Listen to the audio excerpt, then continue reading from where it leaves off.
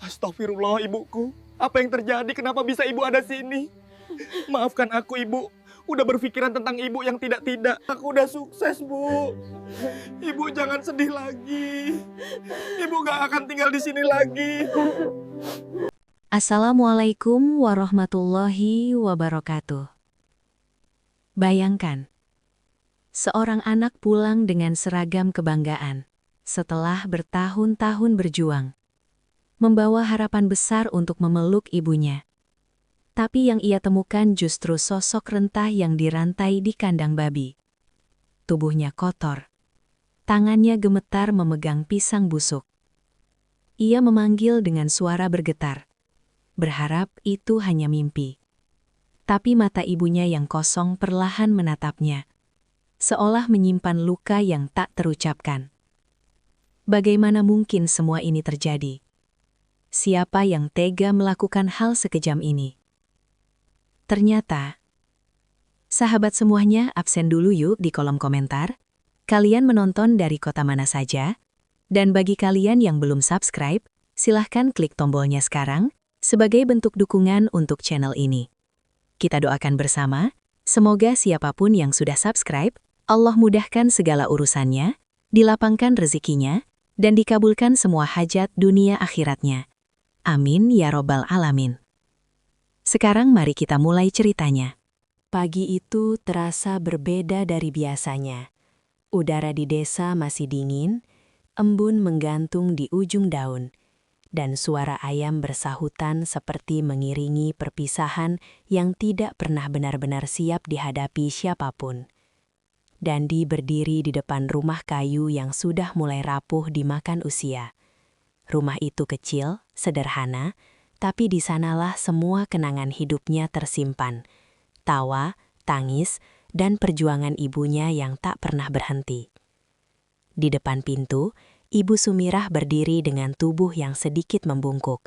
Wajahnya tampak lebih tua dari usianya, kerutan di keningnya bukan hanya tanda waktu, tapi juga bukti dari kerasnya hidup yang ia jalani. Tangannya menggenggam ujung kain dengan gelisah, seolah ingin mengatakan sesuatu, tapi tidak tahu harus mulai dari mana. Dandi, kamu benar-benar harus berangkat hari ini. Suaranya pelan, hampir tertelan oleh angin pagi. Dandi tersenyum, meski matanya tidak bisa menyembunyikan berat yang ia rasakan. Ia melangkah mendekat, lalu menggenggam tangan ibunya dengan lembut.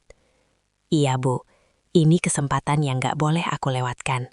Dandi janji, nanti pulang bawa perubahan buat ibu. Ibu Sumirah hanya mengangguk pelan. Ia tahu anaknya tidak akan pergi tanpa alasan. Sejak kecil, Dandi memang berbeda.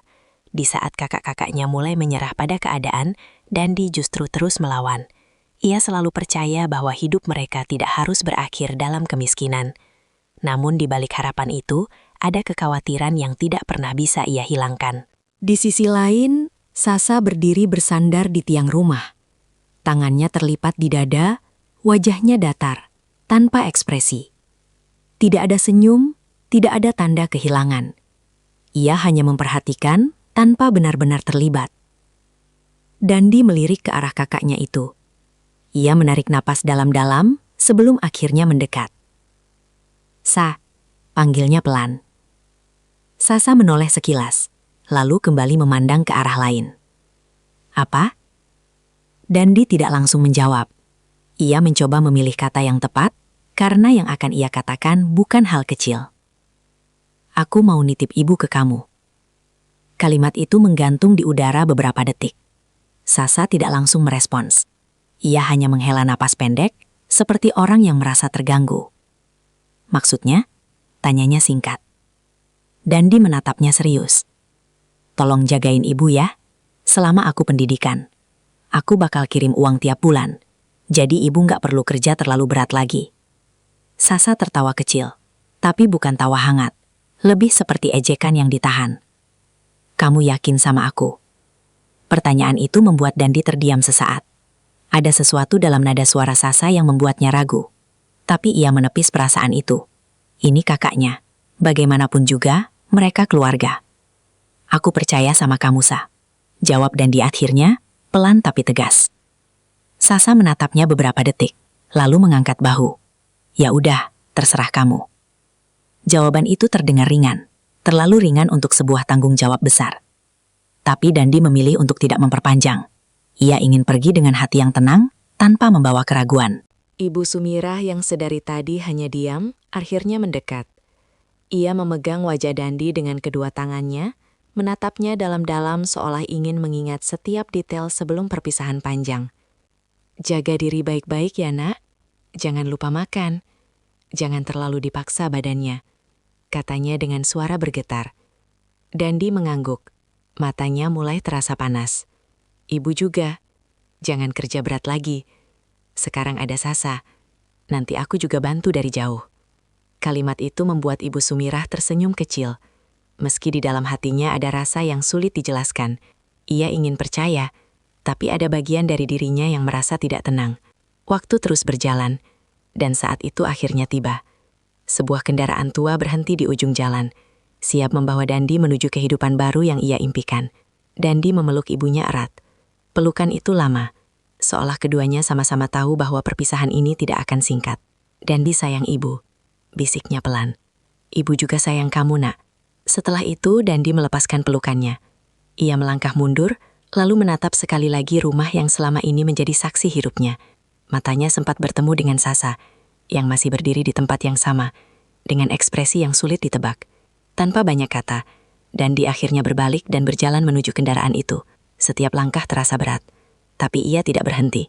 Di dalam hatinya ia membawa satu tujuan besar, mengubah nasib ibunya. Kendaraan itu perlahan bergerak, meninggalkan debu di jalan tanah yang sempit. Ibu Sumirah berdiri di depan rumah, melambaikan tangan dengan perlahan. Meski air mata sudah tidak bisa ia tahan lagi.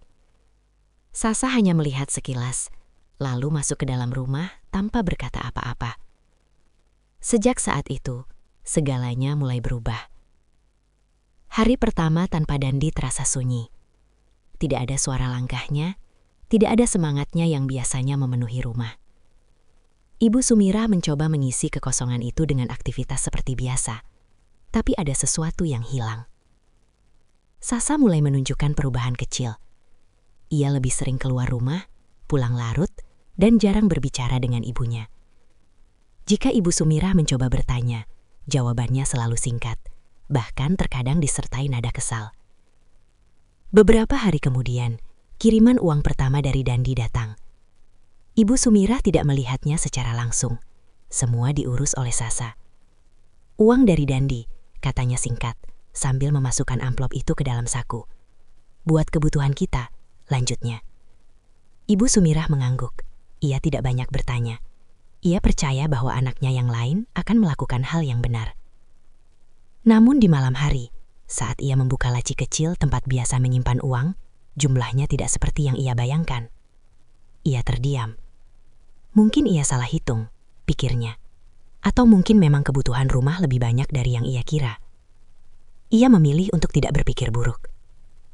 Hari-hari berikutnya berjalan perlahan.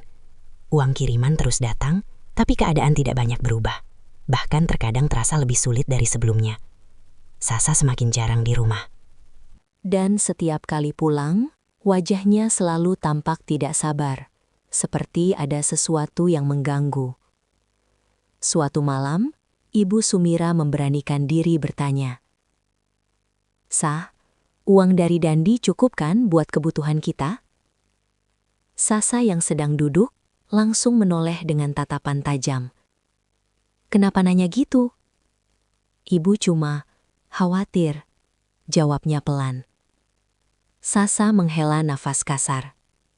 "Cukup nggak cukup ya dicukup-cukupin. Kamu pikir hidup gampang?" Nada suaranya membuat Ibu Sumirah terdiam. Ia tidak berani melanjutkan.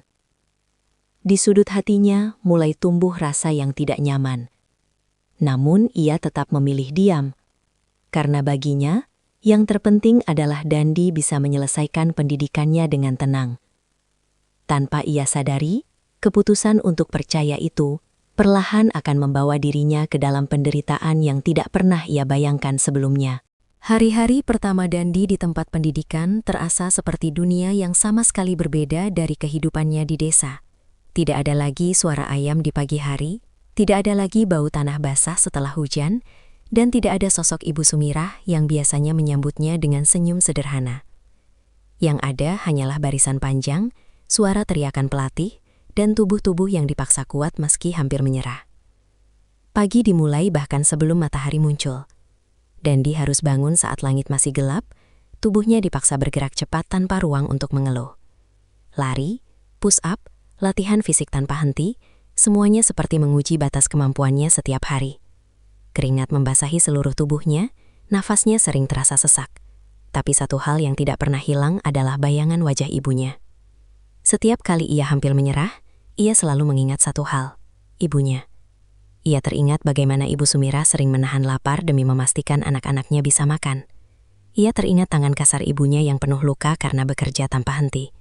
Dan setiap ingatan itu datang, Dandi seperti mendapatkan kekuatan baru. Aku nggak boleh gagal, demi ibu, bisiknya dalam hati, setiap kali kakinya terasa tak sanggup melangkah lagi. Di sela-sela kesibukan yang padat, ada satu momen yang paling ia tunggu. Malam hari, saat semua aktivitas selesai dan lampu mulai redup. Saat itulah ia punya waktu untuk menulis surat. Dengan tangan yang masih gemetar karena lelah, ia menulis dengan hati-hati. Ibu, Dandi di sini baik-baik saja. Latihannya memang berat, tapi Dandi kuat. Ibu jangan khawatir ya. Setiap kata yang ia tulis bukan hanya sekadar kabar, tapi juga harapan.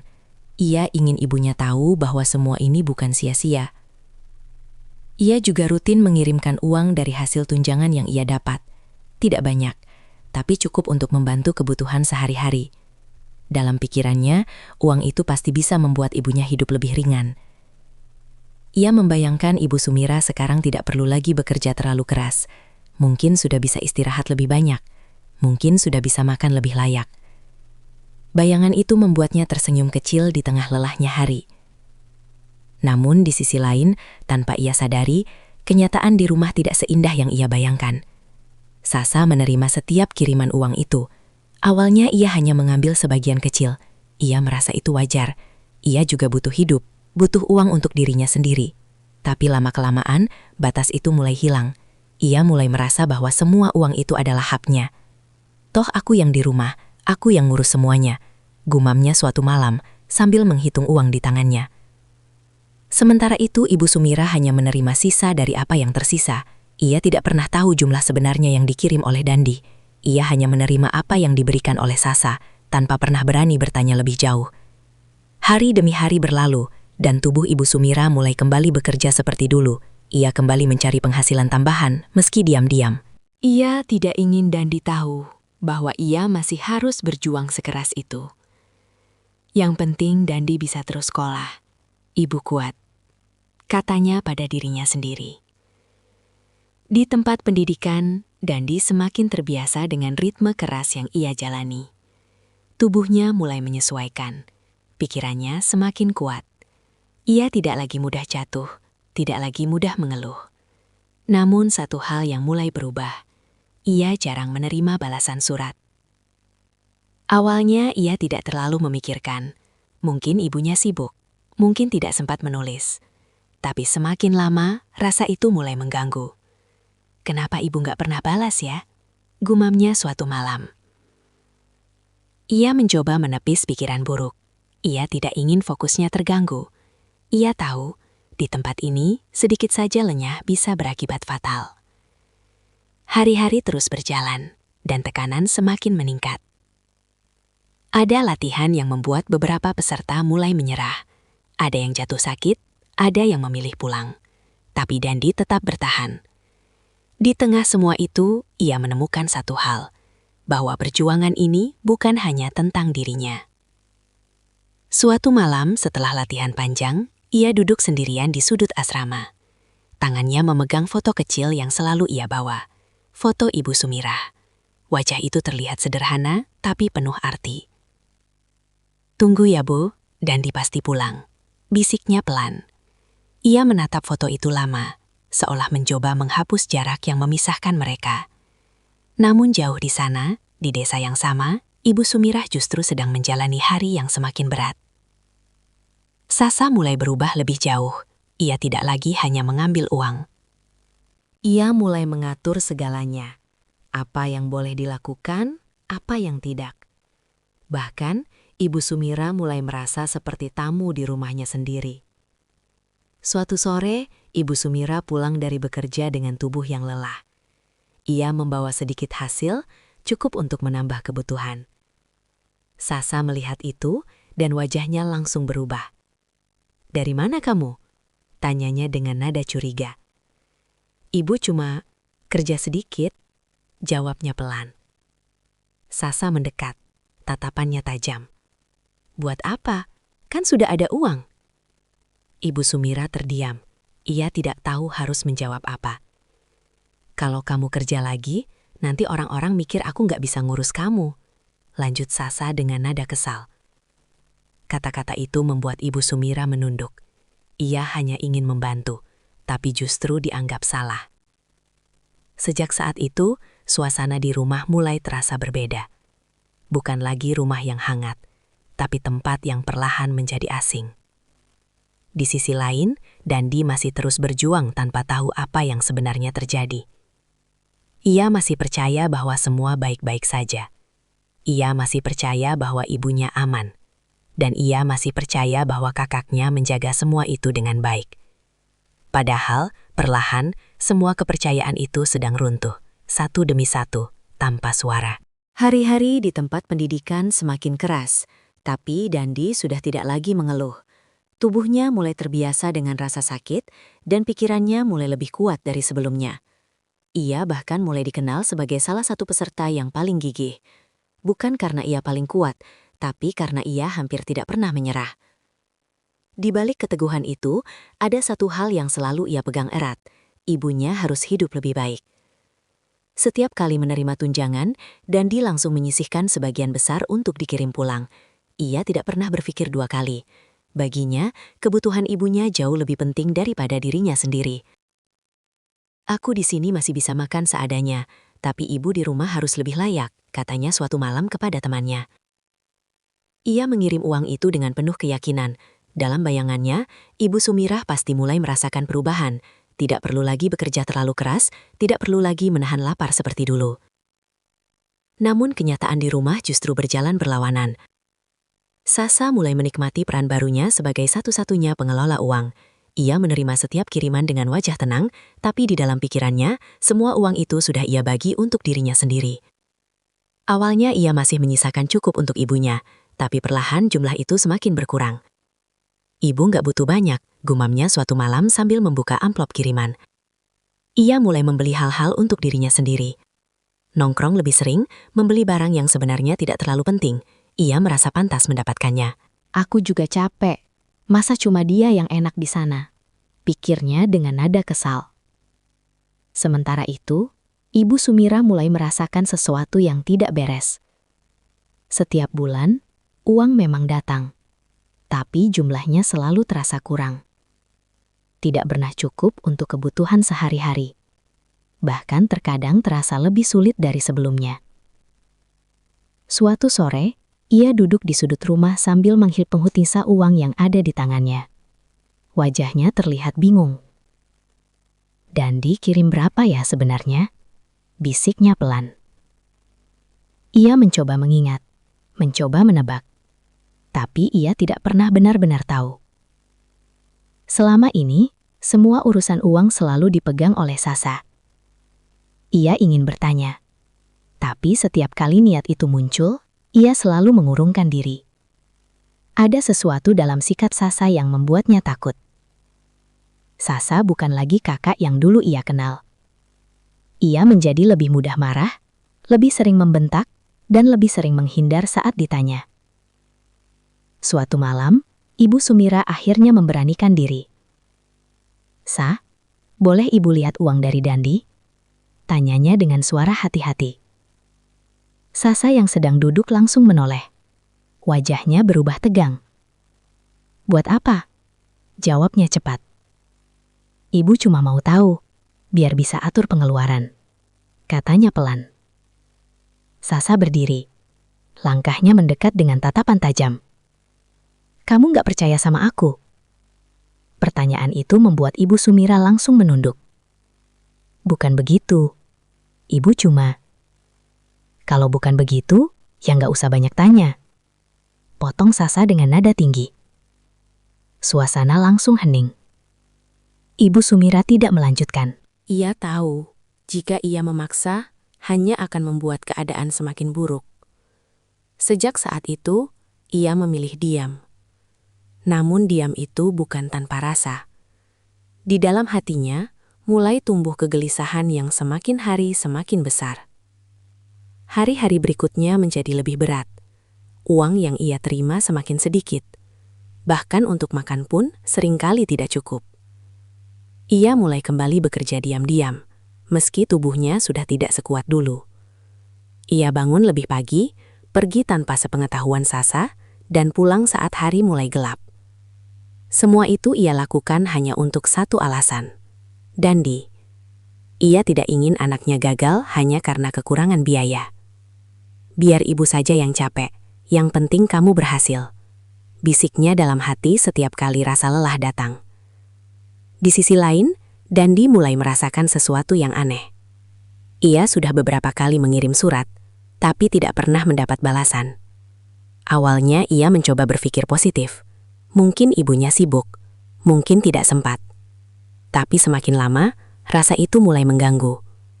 Suatu malam, setelah latihan berat, ia duduk sendirian di sudut asrama. Tangannya memegang surat yang belum sempat ia kirim.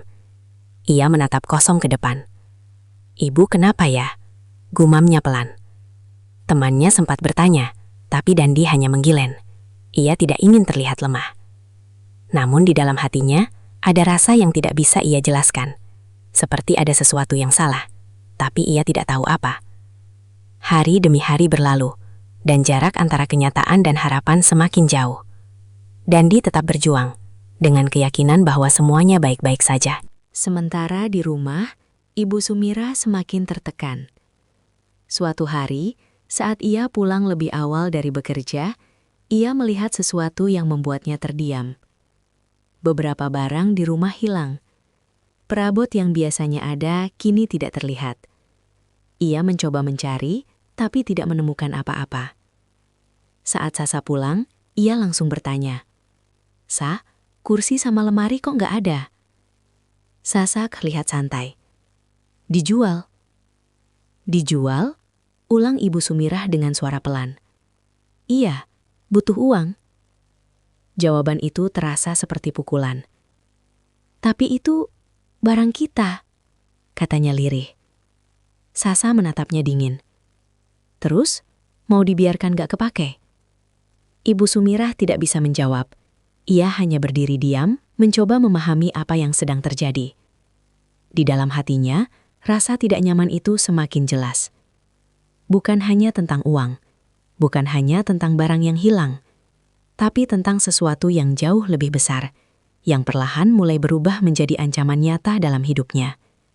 Dan semua itu terjadi tanpa sepengetahuan Dandi, yang masih terus berjuang dengan penuh harapan. Sejak hari itu, hidup Ibu Sumirah berubah menjadi sesuatu yang tidak lagi bisa ia pahami sepenuhnya.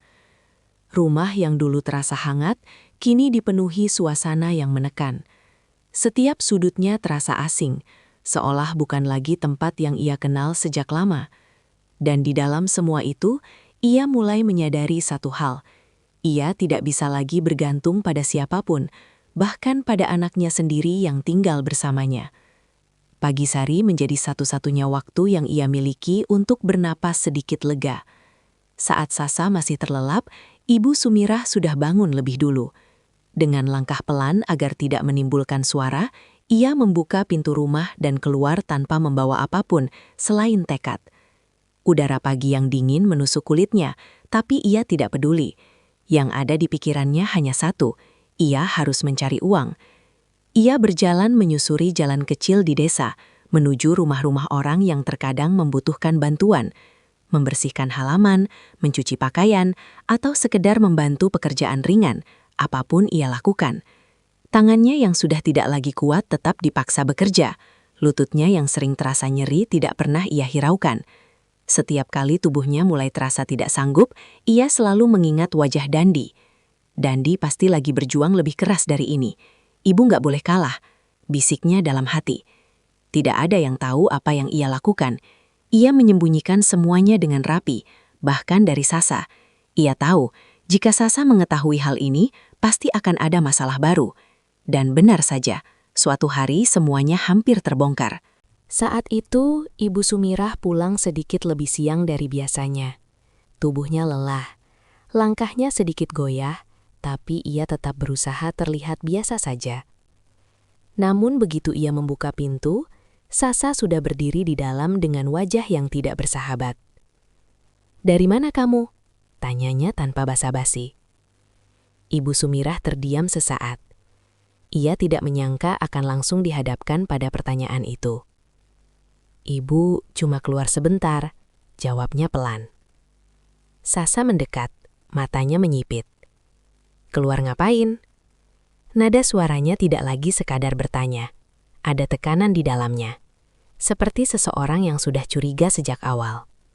"Cuma jalan-jalan," jawab Ibu Sumirah mencoba tenang. Sasa tertawa sinis. "Jalan-jalan? Pagi-pagi? Kamu kira aku bodoh?" Ibu Sumirah menunduk. Ia tidak mampu menatap mata anaknya sendiri. "Kamu kerja lagi ya?"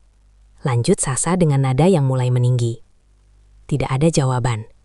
Hanya diam yang semakin memperjelas semuanya. Sasa menghela napas panjang, lalu menggeleng pelan. "Kamu itu kenapa sih? Kan sudah ada uang dari Dandi." Kalimat itu terasa menyesakan bagi Ibu Sumirah. Ia ingin menjelaskan, ingin mengatakan bahwa uang itu tidak pernah cukup. Tapi kata-kata itu tertahan di tenggorokannya. Ia tahu, menjelaskan tidak akan mengubah apapun. "Ibu cuma nggak mau jadi beban," akhirnya ia berkata pelan. Sasa langsung menatap tajam. "Beban? Kamu pikir selama ini aku ngapain?" Suasana langsung memanas. Ibu Sumirah tidak melanjutkan. Ia hanya berdiri diam, membiarkan kata-kata itu menggantung di udara. Sejak saat itu, suasana di rumah semakin berubah.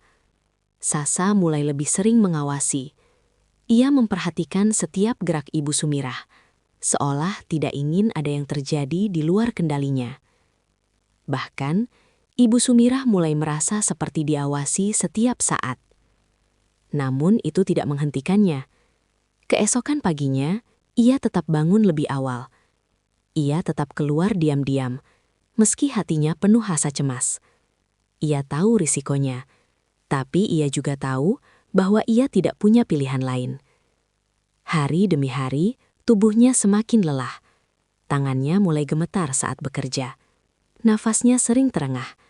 Bahkan terkadang ia harus berhenti sejenak, hanya untuk mengumpulkan tenaga. Suatu siang, saat ia sedang mencuci pakaian di rumah tetangga, ia tiba-tiba terdiam. Tangannya berhenti bergerak, pandangannya kosong. "Bu, kenapa?" tanya seseorang di dekatnya. Ibu Sumirah tersenyum lemah. "Nggak apa-apa, cuma capek sedikit." Ia melanjutkan pekerjaannya, meski tubuhnya jelas sudah tidak sanggup. Di dalam hatinya, ia hanya ingin satu hal, bertahan sampai Dandi pulang. Sementara itu, di tempat yang jauh, Dandi mulai merasakan kegelisahan yang semakin sulit ia abaikan. Ia duduk di tempat tidur asrama, memandangi surat yang sudah ia kirim beberapa minggu lalu. Tidak ada balasan, tidak ada kabar. "Kenapa ibu nggak pernah jawab ya?" gumamnya pelan. Temannya sempat menyarankan untuk menelepon, tapi Dandi hanya menggeleng. Ia tidak ingin membuat ibunya khawatir. Namun semakin lama, perasaan itu semakin mengganggu, seperti ada sesuatu yang tidak beres. Di malam hari, saat semua orang sudah tidur, Dandi sering terbangun. Ia menatap langit-langit, pikirannya dipenuhi bayangan yang tidak jelas. Ia mencoba mengingat suara ibunya, wajahnya, cara ia tersenyum. Semuanya terasa jauh, terlalu jauh. "Ibu baik-baik saja kan?" bisiknya pelan. Pertanyaan itu terus berulang di dalam kepalanya, tanpa pernah mendapatkan jawaban. Dan di saat yang sama, Ibu Sumirah justru semakin terjebak dalam keadaan yang tidak pernah ia bayangkan. Suatu sore, saat ia pulang lebih awal, ia melihat sesuatu yang membuat jantungnya berdegup lebih cepat. Halaman rumah tampak berbeda. Beberapa bagian tanah sudah digali, dan ada tanda-tanda bahwa sesuatu akan dibangun atau justru dihancurkan. Ia berdiri di sana, mencoba memahami. Ketika Sasa muncul dari dalam rumah, wajahnya terlihat santai seperti biasa. "Itu, kenapa tanahnya?" tanya Ibu Sumirah pelan. Sasa menjawab singkat, tanpa menatapnya, "Mau dijual." Jawaban itu membuat dunia Ibu Sumirah seolah berhenti sejenak. "Dijual?" ulangnya, hampir tidak percaya. Sasa mengangguk ringan. "Iya, butuh uang." Ibu Sumirah tidak bisa berkata apa-apa. Ia hanya menatap tanah itu, tanah yang selama ini menjadi satu-satunya harapan mereka. Di dalam hatinya ada sesuatu yang mulai runtuh. Perlahan, tapi pasti. Dan tanpa ia sadari, keputusan-keputusan yang diambil oleh Sasa bukan hanya akan mengubah hidup mereka, tapi juga akan membawa dirinya ke dalam penderitaan yang jauh lebih dalam dari sekedar kehilangan rumah. Sejak hari itu, perubahan di rumah tidak lagi bisa disembunyikan. Apa yang sebelumnya hanya terasa sebagai kegelisahan, kini mulai terlihat jelas di depan mata. Tanah yang dulu menjadi tempat mereka menggantungkan hidup, perlahan berpindah tangan tanpa banyak penjelasan. Orang-orang asing mulai datang, mengukur, melihat-lihat, dan berbicara dengan Sasa seolah semua keputusan ada di tangannya. Ibu Sumirah hanya bisa berdiri dari kejauhan, memperhatikan semuanya dengan perasaan yang tidak bisa ia jelaskan. Ia ingin bertanya, ingin memahami, tapi setiap kali mencoba membuka suara, selalu ada rasa takut yang menahannya.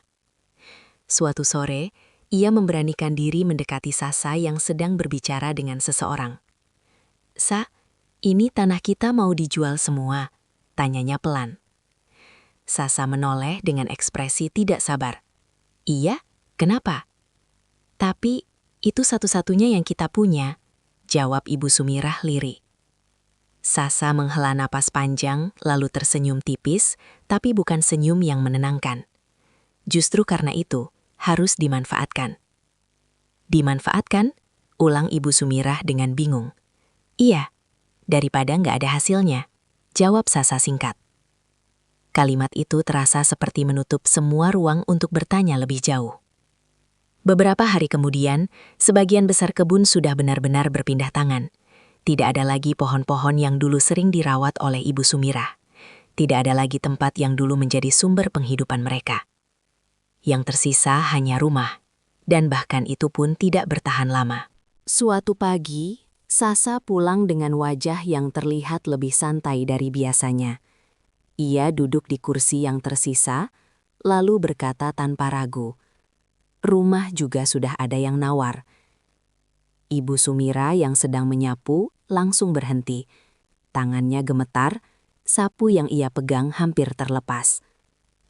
"Rumah juga?" Suaranya terdengar sangat pelan. Sasa mengangguk. "Iya, lumayan harganya." "Terus kita nanti tinggal di mana?" tanya Ibu Sumirah, mencoba tetap tenang. Sasa menatapnya sekilas. "Nanti juga ada tempat." Jawaban itu tidak menjelaskan apapun. Namun beberapa hari setelah itu, semuanya benar-benar terjadi. Rumah yang selama ini menjadi tempat mereka berlindung, kini bukan lagi milik mereka. Barang-barang yang tersisa dikumpulkan seadanya, tanpa banyak pilihan. Tidak ada waktu untuk mengenang, tidak ada ruang untuk menolak. Ibu Sumirah hanya mengikuti, tanpa tahu harus berbuat apa. Ia berharap mungkin Sasa sudah menyiapkan tempat yang lebih baik. Mungkin ini hanya bagian dari rencana yang ia tidak mengerti. Namun harapan itu perlahan mulai hilang saat mereka berjalan semakin jauh dari desa. Tempat yang mereka tuju bukan rumah, bukan tempat tinggal yang layak, melainkan sebuah area terpencil di pinggir kebun orang lain yang di dalamnya terdapat kandang babi. Bau menyengat langsung menusuk hidung begitu mereka mendekat. Ibu Sumirah spontan menutup hidungnya dengan ujung kain. "Sah, kita kesini buat apa?" tanyanya dengan nada bingung. Sasa tidak langsung menjawab. Ia berjalan lebih dulu, lalu berhenti di depan kandang yang tampak kotor dan sempit. "Di sini dulu," katanya santai. Ibu Sumirah terdiam. "Maksudnya?" tanyanya, suara mulai bergetar. Sasa menoleh, wajahnya datar. "Ia tinggal di sini dulu." Kalimat itu terasa seperti mimpi buruk. "Ini kandang." suara Ibu Sumirah hampir tidak terdengar. Cuma sementara, jawab Sasa cepat. Ibu Sumirah menatap sekeliling. Tanah becek, bau menyengat, dan suara babi yang sesekali terdengar membuat dadanya sesak. "Nggak bisa, ini nggak layak," katanya pelan. Sasa langsung berubah. "Layak nggak layak, ya harus layak," suaranya meninggi. Ibu Sumirah terkejut. Ia mundur satu langkah. "Kita nggak punya apa-apa lagi, mau tinggal di mana? Kamu pikir aku ini punya banyak pilihan?" Lanjut Sasa dengan emosi. Kata-kata itu membuat Ibu Sumirah terdiam. Ia tidak tahu harus menjawab apa. Dalam hatinya, ia tahu ada yang salah. Tapi ia juga tahu ia tidak punya kekuatan untuk melawan. Hari itu menjadi awal dari sesuatu yang jauh lebih gelap. Awalnya, Ibu Sumirah masih bisa keluar masuk. Ia membersihkan sedikit bagian kandang agar bisa ditinggali. Ia mencoba bertahan, mencoba menerima keadaan, meski hatinya terus menolak. Namun perubahan berikutnya datang lebih cepat dari yang ia bayangkan. Suatu malam saat ia sedang duduk diam di sudut kandang, Sasa datang dengan wajah yang sulit dibaca. Tanpa banyak bicara, ia membawa rantai. Ibu Sumirah langsung berdiri. "Sah, itu buat apa?" tanyanya dengan panik. Sasa tidak menjawab. Ia mendekat perlahan. "Sah, jangan." Suara Ibu Sumirah mulai gemetar. Namun, Sasa tetap melangkah. Tangannya menarik kaki ibunya, lalu mengikatnya dengan rantai ke tiang kandang. Ibu Sumirah berusaha menahan, tapi tenaganya tidak sebanding. "Sah, ini kenapa?" teriaknya dengan suara penuh ketakutan. Sasa hanya berkata singkat, tanpa emosi. "Biar kamu nggak kemana-mana." Kalimat itu terasa dingin. Tidak ada rasa bersalah, tidak ada penjelasan. Hanya keputusan yang tidak bisa ia pahami. Ibu Sumirah terdiam. Air matanya mulai jatuh tanpa bisa ia tahan. Ia tidak mengerti bagaimana semua ini bisa terjadi. Bagaimana anak yang dulu ia rawat dengan penuh kasih, kini memperlakukannya seperti ini. Malam itu terasa sangat panjang. Suara babi, bau menyengat, dan rantai yang melilit kakinya menjadi kenyataan yang tidak bisa ia hindari. Di dalam diamnya, ia hanya bisa memejamkan mata, mencoba bertahan, mencoba percaya bahwa suatu hari semua ini akan berakhir. Dan di tempat yang jauh, Dandi masih terus berjuang, tanpa tahu bahwa di saat ia mengejar harapan, ibunya justru sedang kehilangan segalanya, sedikit demi sedikit tanpa ada yang bisa menolongnya. Hari pertama di tempat itu masih terasa seperti mimpi buruk yang belum benar-benar ia pahami. Ibu Sumirah duduk bersandar di tiang kayu kandang. Kaki kirinya terikat rantai yang dingin dan berat. Ia beberapa kali mencoba menggerakkan kakinya, tapi setiap gerakan hanya membuat rantai itu berderak dan melukai kulitnya sendiri. Ia menatap sekeliling. Tempat itu sempit, lembab, dan penuh bau yang menusuk. Tanahnya becek bercampur kotoran, dan suara babi yang sesekali mendengus membuat suasana semakin menyesakan. Tidak ada tempat bersih untuk duduk, tidak ada tempat layak untuk berbaring. "Ini bukan tempat manusia," bisiknya pelan, hampir tidak terdengar. Namun, kenyataan tidak memberi ruang untuk menolak. Hari itu berlalu tanpa arah. Tidak ada yang datang, tidak ada yang berbicara. Hanya suara angin, hewan, dan rantai yang sesekali berbunyi saat ia mencoba bergerak. Menjelang sore, Sasa datang. Ia membawa sesuatu di tangannya. Tanpa banyak bicara, ia melemparkan beberapa buah pisang ke tanah di dekat Ibu Sumirah. Pisang itu sudah hitam, sebagian bahkan terlihat mulai membusuk. "Makan," katanya singkat. Ibu Sumirah menatap pisang itu lama. Perutnya memang lapar, tapi hatinya terasa lebih sakit dari sekedar lapar. "Sah, ibu bisa keluar sebentar?" tanyanya dengan suara lemah. Sasa tidak menjawab. Ia hanya berdiri sebentar, lalu berbalik dan pergi begitu saja. Langkahnya menjauh tanpa sedikit pun menoleh. Dan saat itulah, Ibu Sumirah mulai benar-benar menyadari. Ini bukan sementara. Hari berganti hari. Tidak ada perubahan. Rantai itu tetap terpasang. Tempat itu tetap sama. Dan makanan yang datang selalu dalam keadaan yang sama. Pisang busuk. Kadang lebih parah, kadang sebitit lebih baik. Tapi tidak pernah cukup. Ibu Sumirah mencoba bertahan. Ia membersihkan sedikit bagian di sekitarnya dengan tangan kosong. Mencoba membuat tempat itu sedikit lebih layak. Tapi setiap usaha terasa sia-sia. Tubuhnya mulai melemah. Luka di kakinya semakin parah karena gesekan rantai. Tangannya mulai gemetar. Dan napasnya sering terasa berat. Namun yang paling menyakitkan bukanlah fisiknya, melainkan hatinya. Setiap malam, saat suasana menjadi sunyi, ia selalu memikirkan satu hal. Dandi, kamu lagi apa ya, Nak? Bisiknya sambil menatap kosong ke depan. Ia membayangkan anaknya sedang berlatih, berjuang, mungkin juga kelelahan. Ia ingin percaya bahwa Dandi baik-baik saja. Dan di dalam hatinya, ia selalu menyimpan satu harapan kecil. Suatu hari, Dandi akan pulang. Sementara itu, di luar kandang, kehidupan tetap berjalan. Orang-orang desa sebenarnya tahu. Mereka melihat, mereka mendengar.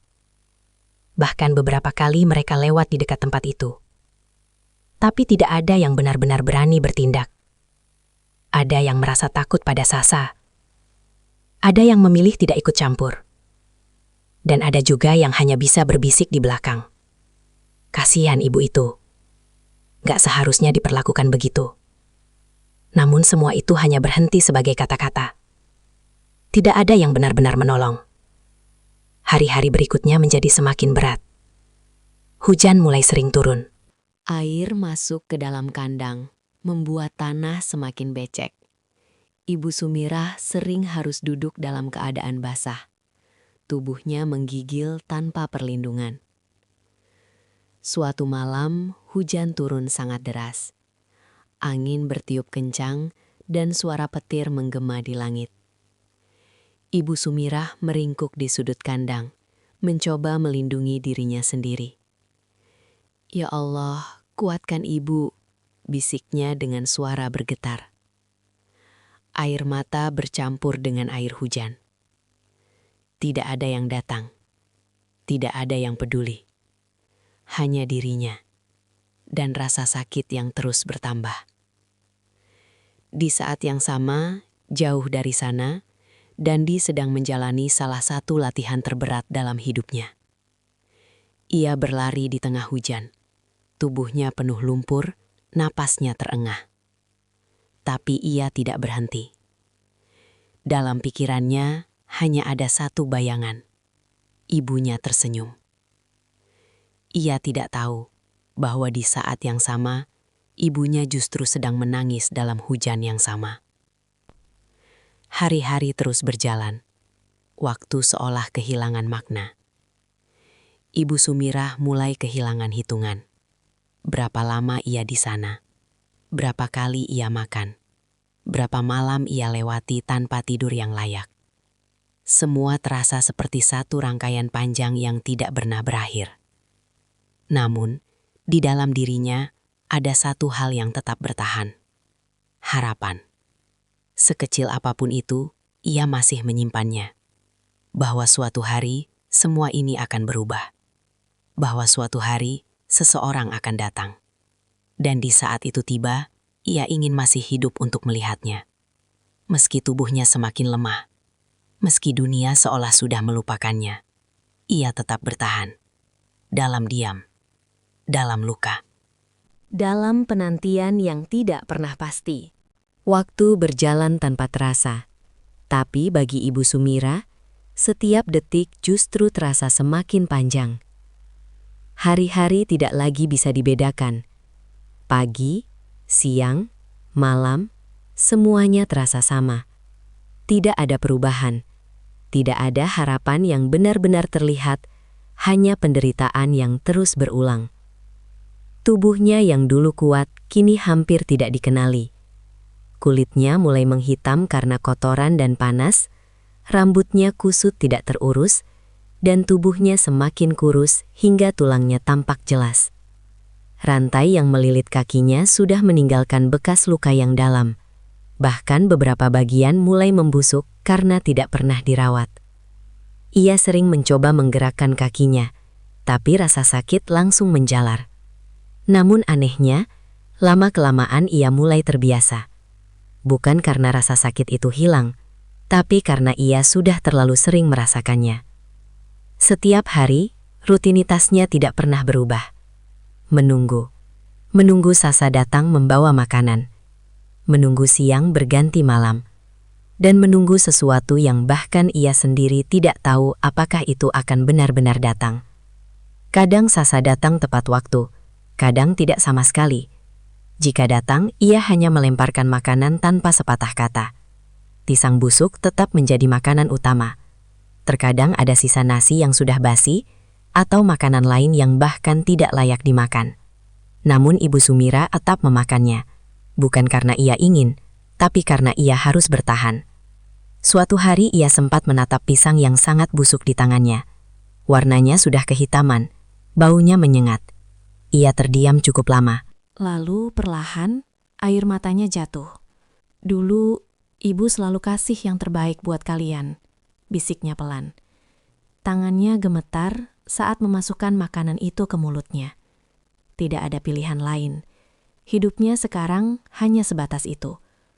Namun di balik semua itu, ada satu hal yang tidak pernah benar-benar hilang. Ingatan. Ia masih mengingat semuanya.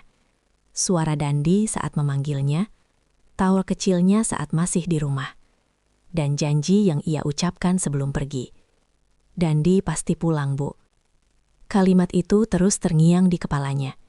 Setiap malam, sebelum tidur dalam keadaan yang tidak layak, ia selalu mengulang kalimat itu di dalam hati.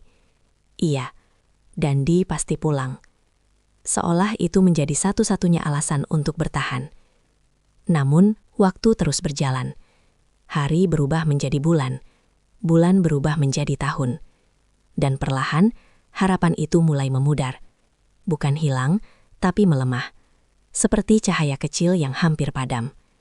Di sisi lain, desa mulai berubah. Orang-orang mulai tahu apa yang sebenarnya terjadi. Beberapa kali ada yang melewati kandang itu dan melihat kondisi Ibu Sumirah. Mereka terdiam. Ada yang menoleh dengan wajah iba, ada yang pura-pura tidak melihat. Suatu sore, 2 orang warga sempat berhenti di kejauhan. "Itu benar Ibu Sumirah ya?" bisik salah satu dari mereka.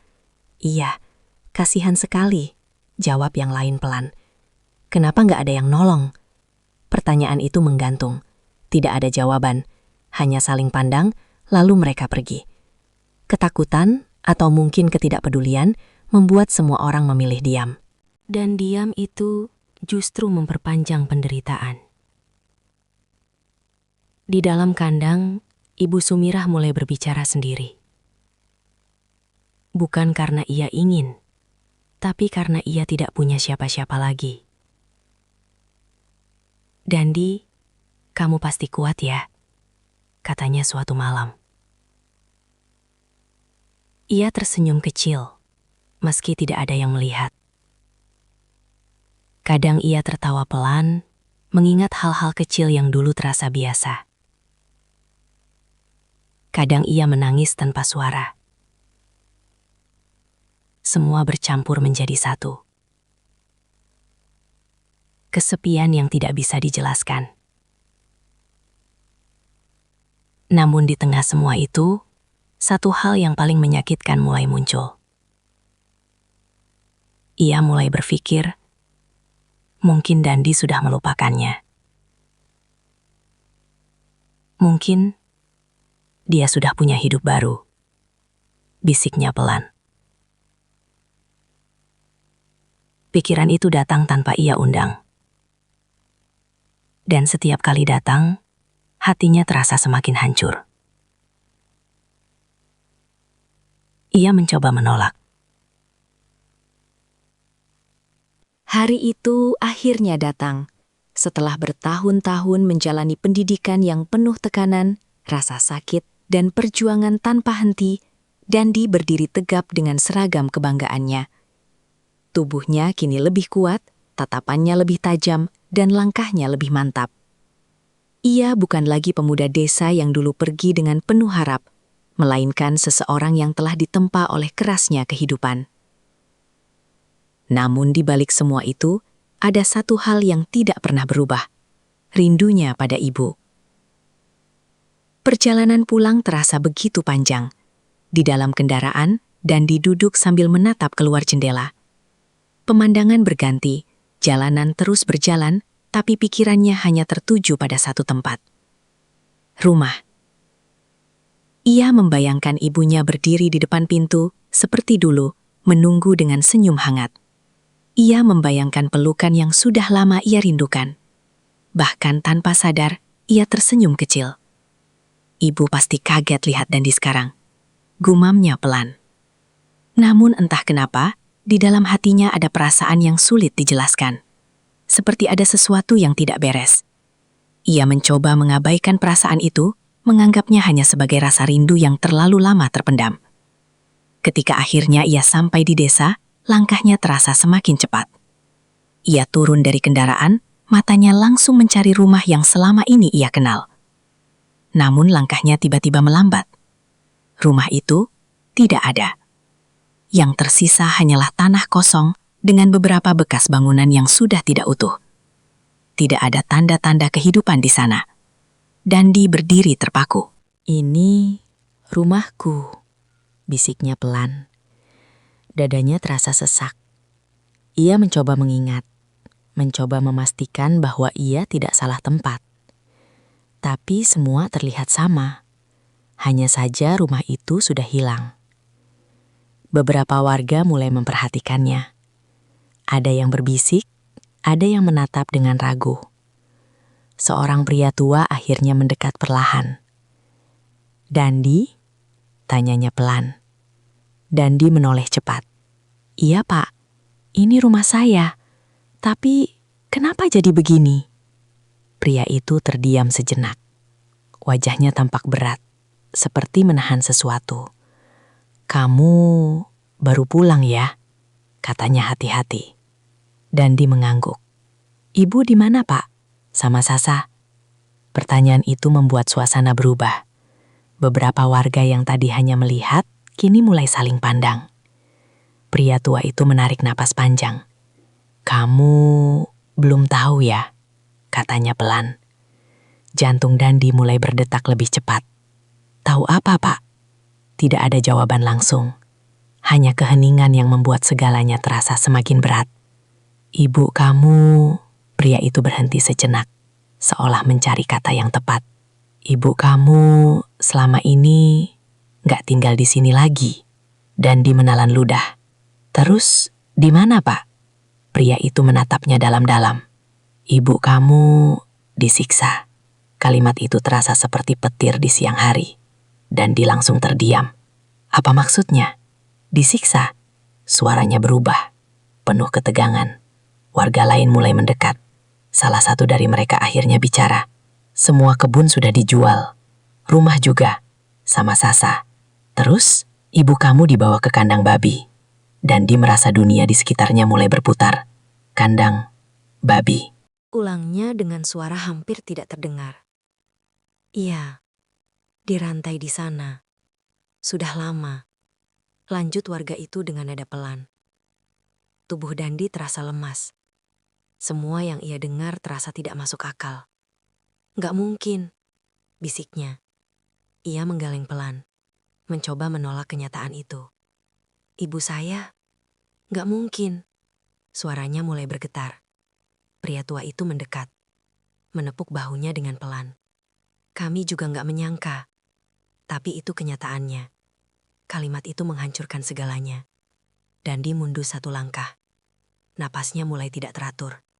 Semua bayangan indah yang ia bawa selama perjalanan pulang hancur dalam sekejap.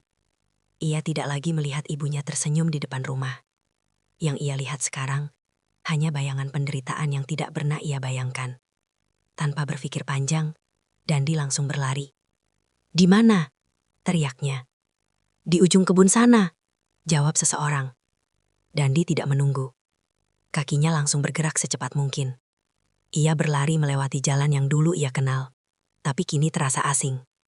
Debu berterbangan, napasnya terengah, tapi ia tidak berhenti. Di dalam kepalanya, hanya ada satu hal. Ibu. Setiap langkah terasa seperti perlombaan dengan waktu. Ia tidak tahu apa yang akan ia temukan.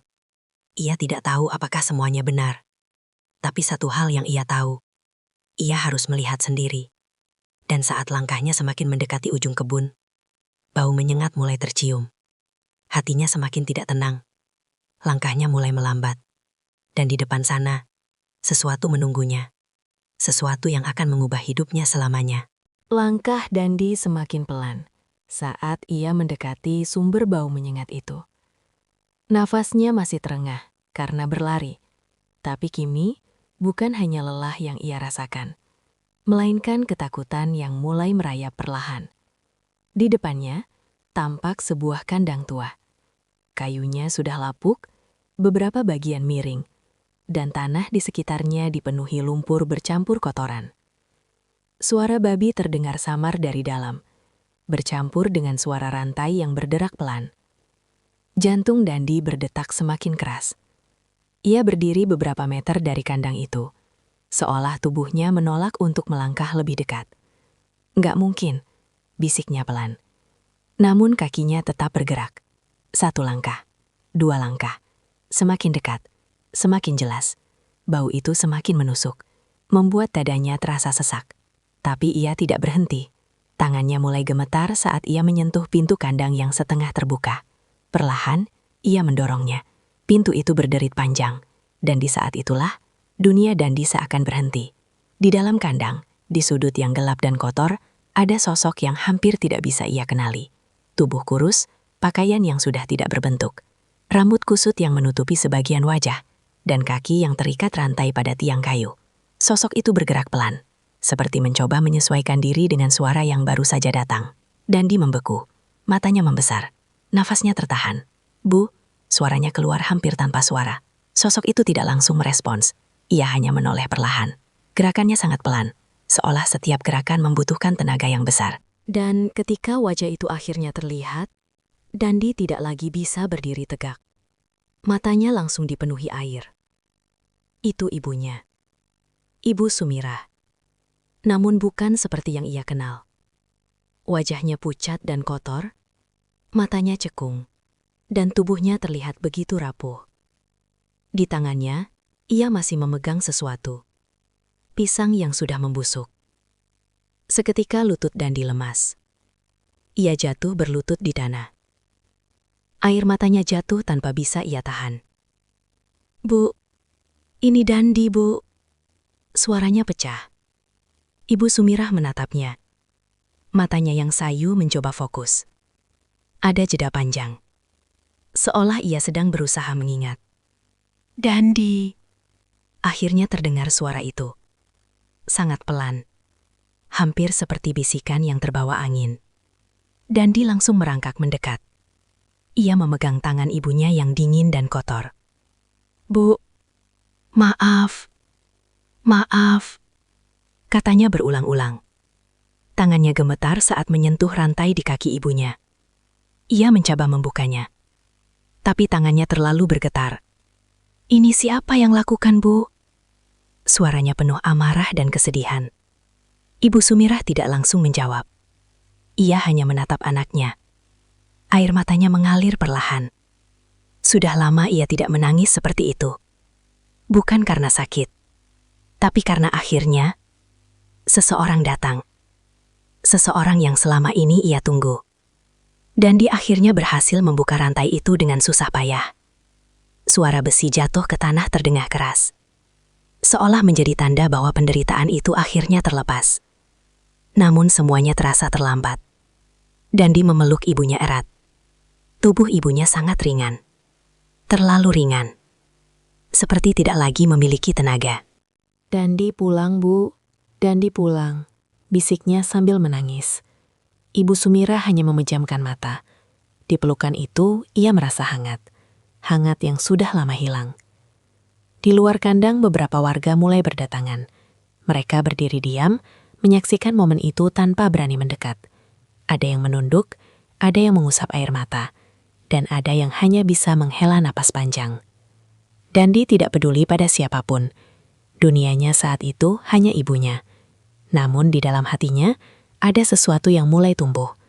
Bukan hanya kesedihan, tapi juga kemarahan. Kemarahan yang tidak bisa ia tahan lagi. "Sasa," bisiknya pelan, dengan nada yang berbeda. Nada yang tidak lagi lembut, nada yang dipenuhi luka. Ia perlahan melepaskan pelukannya, menatap wajah ibunya sekali lagi.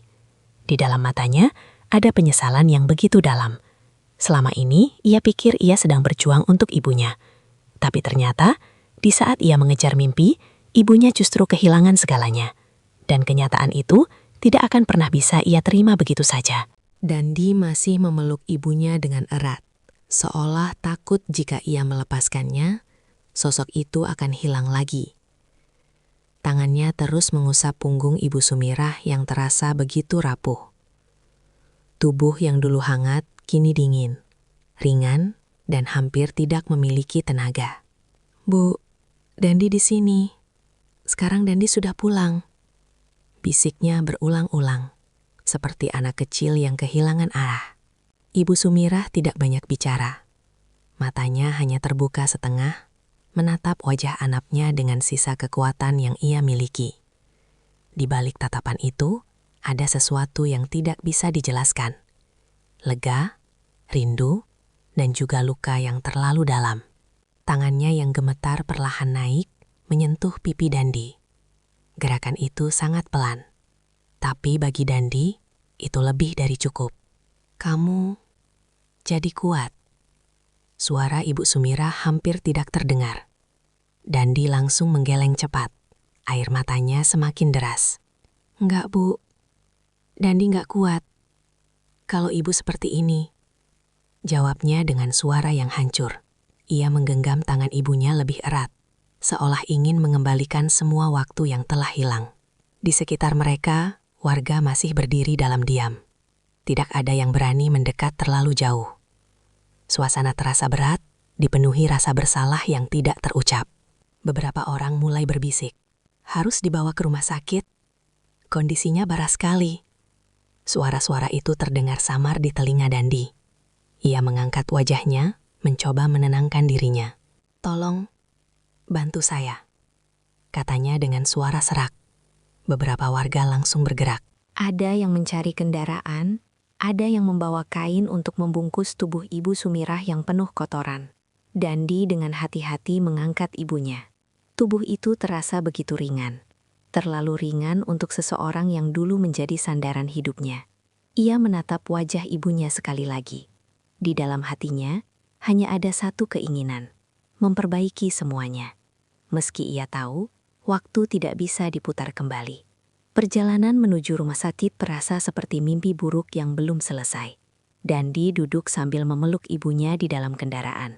Terus memanggil namanya pelan. "Ibu, jangan tidur dulu ya. Dandi masih di sini." Namun Ibu Sumirah hanya terdiam. Napasnya lemah. Matanya sesekali terbuka, lalu kembali tertutup. Dandi menggenggam tangannya lebih erat. "Maaf ya, Bu. Dandi telat," bisiknya dengan suara bergetar. Kalimat itu keluar tanpa ia tahan.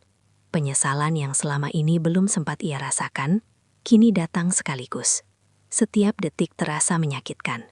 Setiap napas terasa berat. Sesampainya di rumah sakit, dokter langsung membawa Ibu Sumirah ke dalam ruangan. Dandi hanya bisa berdiri di luar, menatap pintu yang tertutup dengan perasaan yang tidak bisa ia kendalikan. Waktu terasa berjalan sangat lambat.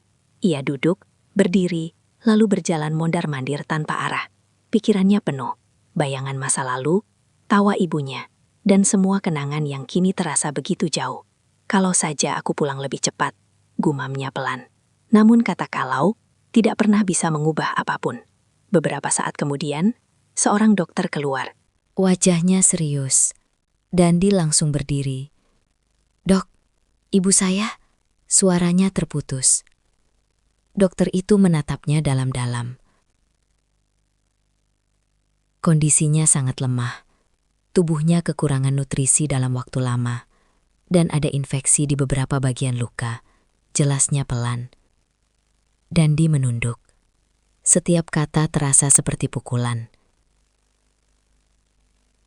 Kami akan berusaha semaksimal mungkin, lanjut dokter itu. Dandi hanya mengangguk pelan. Ia tidak tahu harus berkata apa lagi. Beberapa jam kemudian, ia diizinkan masuk. Ibu Sumira terbaring di ranjang. Tubuhnya sudah dibersihkan, tapi kondisinya masih sangat lemah. Dandi mendekat perlahan. Ia duduk di samping, lalu menggenggam tangan ibunya lagi. "Bu, sekarang ibu sudah aman," katanya pelan. Ibu Sumira membuka matanya perlahan. Tatapannya masih sama, lembut, penuh kasih. Dandi, suaranya sangat pelan. "Iya, Bu, ini Dandi." Ada jeda. Napas Ibu Sumira terdengar berat. "Ibu, bangga," katanya pelan. Air mata Dandi langsung jatuh lagi. "Jangan bicara dulu, Bu. Ibu istirahat saja," jawabnya sambil menahan tangis. Namun Ibu Sumira tetap menatapnya, seolah ingin memastikan sesuatu. Lalu perlahan, matanya mulai tertutup. Dandi langsung panik. Bu, panggilnya. Suara alat di samping ranjang mulai berubah. Dokter dan perawat masuk dengan cepat. Dandi mundur perlahan. Tubuhnya terasa lemas. Ia hanya bisa berdiri di sana, menatap. Beberapa saat kemudian, semuanya kembali hening. Terlalu hening. Dokter menatapnya dengan wajah yang tidak perlu dijelaskan dengan kata-kata. Dandi tidak bergerak. Ia hanya menatap ibunya yang kini terbaring diam. Tidak ada lagi suara, tidak ada lagi nafas.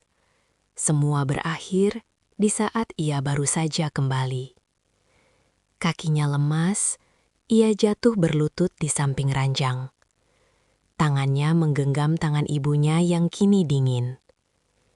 "Bu, Dandi sudah pulang," bisiknya dengan suara yang hampir hilang. Namun kali ini,